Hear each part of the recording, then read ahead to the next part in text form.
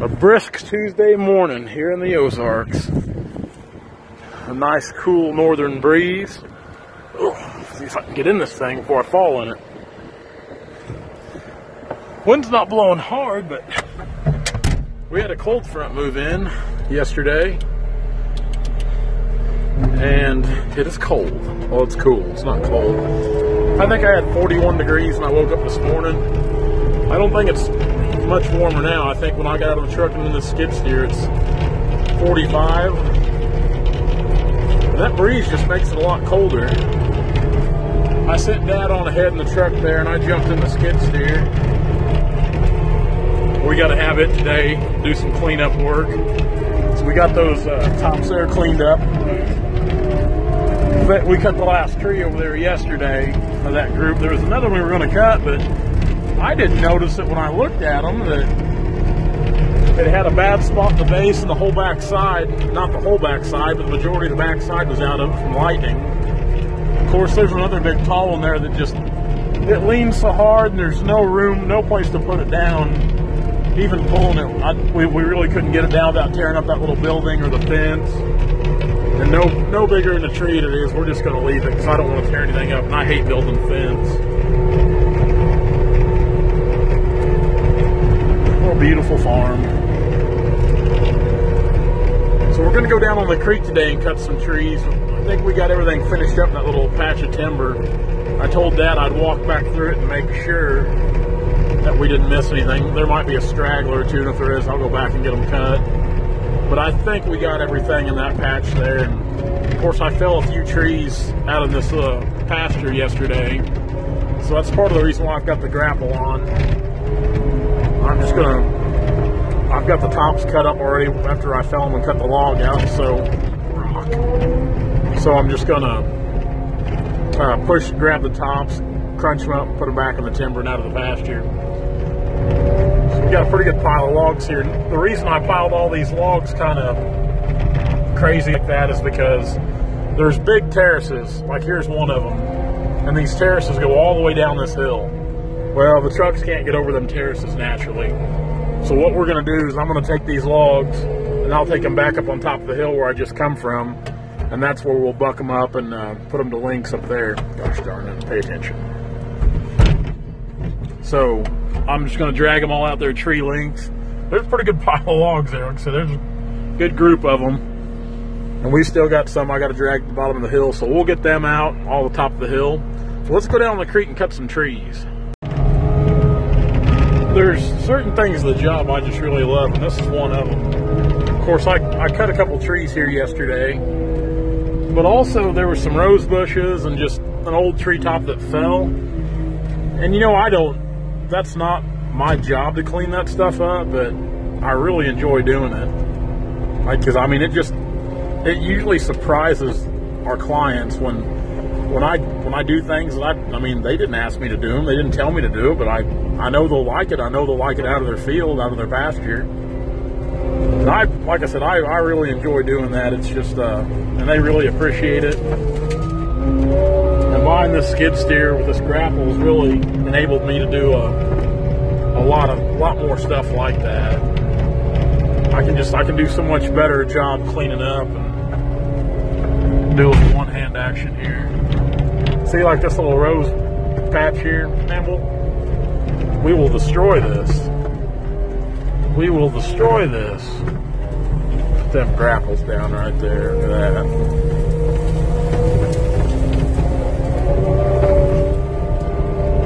Like a tank. Like a tank. We just cut right through it. That's awesome. Good stuff. You know, I had somebody ask me yesterday if we were going to cut the oak too, or just the walnut. And actually on this job, we're just cutting the walnut. I would like to cut some of the chinkapin, and there's some good bur oak down here along the creek, and there's actually some really good sycamore too along this little creek, but we're just cutting the walnuts, all they wanted to cut off the job. With the thing with a lot of the oak and stuff, especially the bur oak down here on the creek, they like it for shade because the bur oak will put, all the trees have big tops. I mean, it's not uncommon for bur oak trees to have really big tops. So in the summertime, they want that for shade for their cattle, because this is a working cattle farm, which, I mean, it's, you know, Missouri's #2 in the nation for cattle production.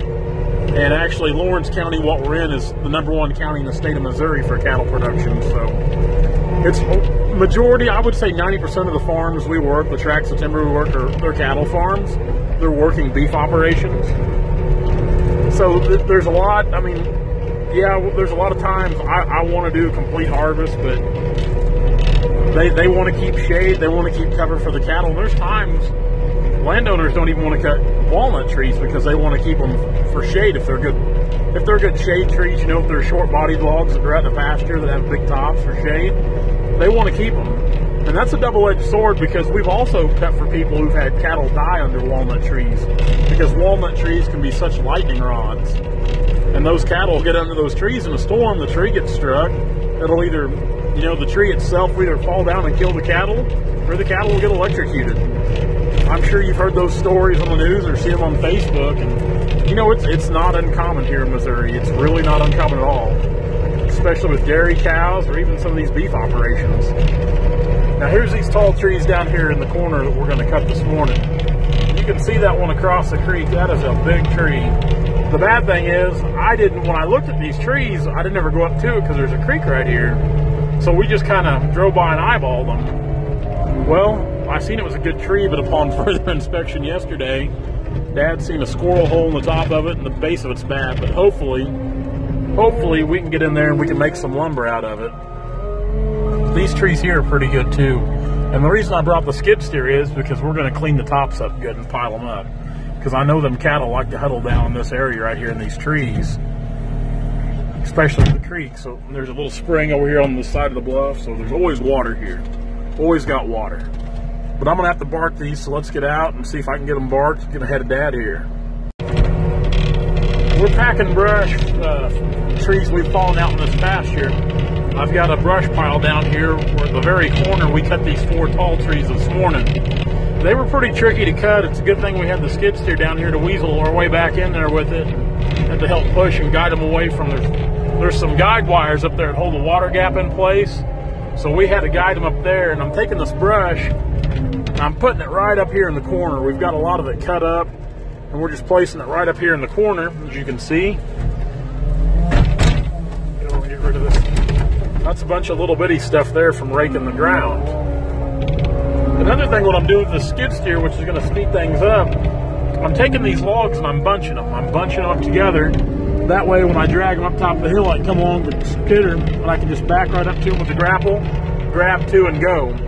I don't have to take the time to bunch them with the skidder itself. So the skid steer is valuable for 2 reasons here. For one, most important one, we're doing cleanup with the treetops. 2, we're bunching the logs up to save time with the skidder. That way, the skidder can just grab and go. We really won't even have to, the skidder will keep moving. We'll really never have to stop moving when we bunch them. And here's where we cut these last 2 trees. You can't hardly see anything here, just a few little sticks and twigs. No big tops or anything. Dad's working on this next one down here. There's just a whole slew of trees strung out along this creek. So it's good sycamore here. I'd really like to cut that sycamore, but I understand where they're coming from with wanting the shade. But those are some really big sycamore there. That's fast footage. Of course, you can kind of see the cows over there across the way. They're watching us work, ornery devils. A lot of times they want to nose around and get right in the middle of the action where it's all at. So the wind's actually starting to pick up a little bit now. I'm hoping we can cut for another hour or so before it gets too bad, because they're saying another day of 35-mile-an-hour gust. And with some of these tall trees, it's just not safe to cut them. But if we can get enough of them down, that'll give me plenty of things to round out the day with dragging all these logs way up top of the hill there, where we can start getting them bucked up into log lengths. I spoke too soon about the wind. It is really gusting now. I mean, it's blowing hard. My gosh. You can see blowing my beard around. Sawdust back of my eye. I don't know how many more we'll cut, if we'll cut any at all, if it's blowing hard. We were going to try to work on the creek today, get all these taken care of on the creek. Now when we were out this one down, it uprooted a little locust tree, which while Dad was bringing that one down, I uprooted a couple locust trees for this lady because I don't like them. I know she don't like them being a farmer. We did that just to help her out, kind of make the place look a little better. I put them over here to where we can get everything in a pile. I got this top worked up pretty good to where we can get it piled up tight, burn it. Whew. Yeah, that wind is something else today. Let's see if we can grab a few more. I think Dad's going to go on down the creek, see what's down there. I'm going to try to get these piled up right there. Make a nice little burn pile. We got a grove of walnut up there on the hill we're going to cut yet. I'd like to originally I wanted these done by Wednesday, but that's not going to happen, especially with the wind going today, because it's going to keep us from cutting as much as we want to cut today. But I think now I'm shooting for Friday because there's been a few more trees than originally thought. So let's see if we can get this cleaned up and get on to the next few. Okay, the wind's picked up, so we're probably done cutting for the day, unfortunately, and that's not at all what we had planned, but that's unfortunately how nature works sometimes. Dad's over here cruising beside me. He's scoping out more trees, seeing if there's anything in that little patch there to cut, and I'm packing logs out of the bottom. I was coming out with the skid steer anyway, so I packed these 2 short logs. That's just one less trip I got to make with the skidder down there. But unfortunately, like I said earlier, we got to pack all these logs out of there because with these terraces here, you could probably get a 10-wheeler in, but that's all you're going to get in. You're not going to bring any pup trailers in to haul these logs out. And these terraces are the dumbest thing. I don't know why anybody ever put these in down here. And I can see in northern Missouri, in a lot of places we work, they don't have any rocks in their dirt, but this is nothing but a solid pile of limestone down here. These terraces have been, I think that actually they put all these in back in the 30s or 40s. That's what he was telling me, or somebody was telling me. And I don't know. And there's a lot of farms we cut down here that has terraces, and there's been a lot of people tear the terraces out, and we lost the logs. My grapple's not been wanting to hold here lately for some reason. I don't know why. Let me see if I can grab these here real quick. Yeah. Never, hold on. You're not going to get to see much, but easy does it.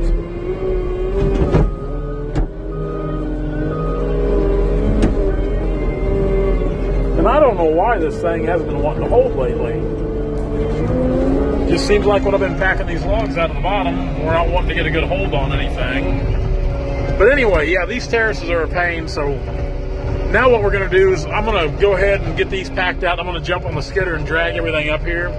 Even yesterday's logs, we'll start getting them marked and ready to buck up to lengths. Big terraces up and down. That's why we need weights. Put a little more weight on the ass end of this thing. Oh, boy. All right, I'm going to jump off here. Maybe. All right, let's get these logs out. And this is where days like today make having a skidder with a cabin heat and air nice. It's not that it's terrible cold, because it's not, but that wind, when it blows this hard out of the north, it just like it cuts right through you. We're going to drag these logs out of the bottom, get up the top of the hill. And I think we'll just buck them where they're at right there, and I'll pack them 2 and 3 at a time to the very top of the skid steer. There should be about 3 drags down here because I packed 2 out. I'm going to try to drag 2 at a time. It's a little longer drag than I usually like making. I usually like to drag logs in further than I have to. But sometimes, just depending on the job, and you got to drag them a ways. That's just the nature of the beast. Them are a really good sycamore, though.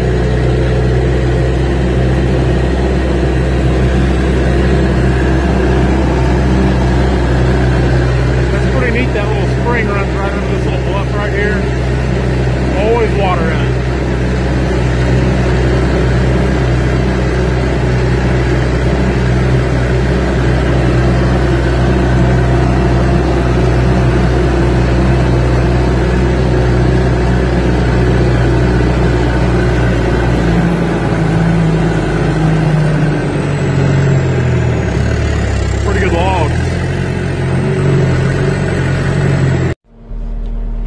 You truly don't realize how many logs you have out until you start bucking them up.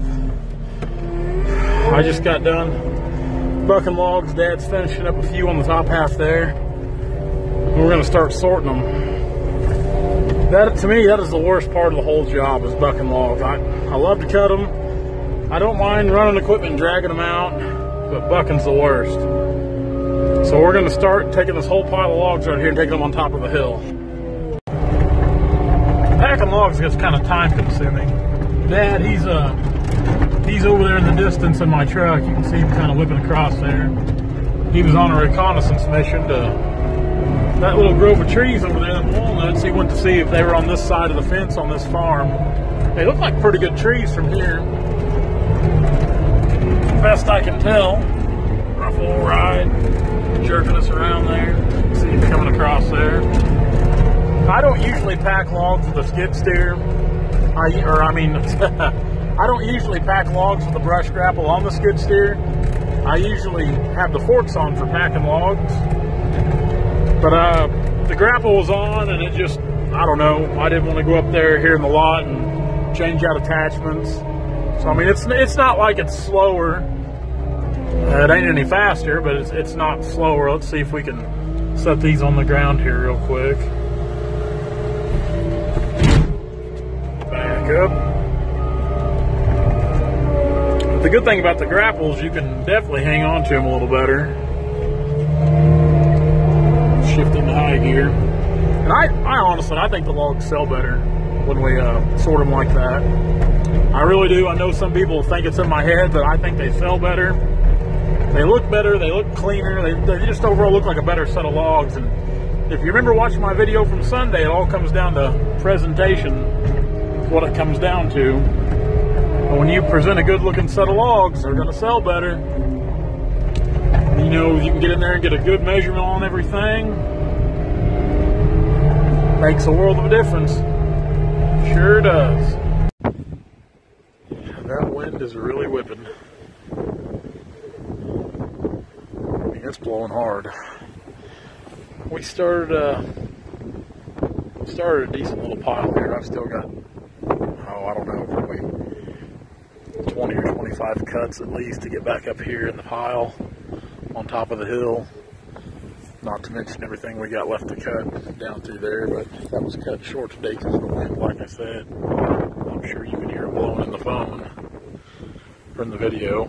It's being made from my phone, but oh well, that's not a bad day. I mean, at least we're able to salvage something of it. Guys, we're gonna get off here. We're gonna go eat lunch. Then I gotta go look at some timber this afternoon in Nixa, Missouri.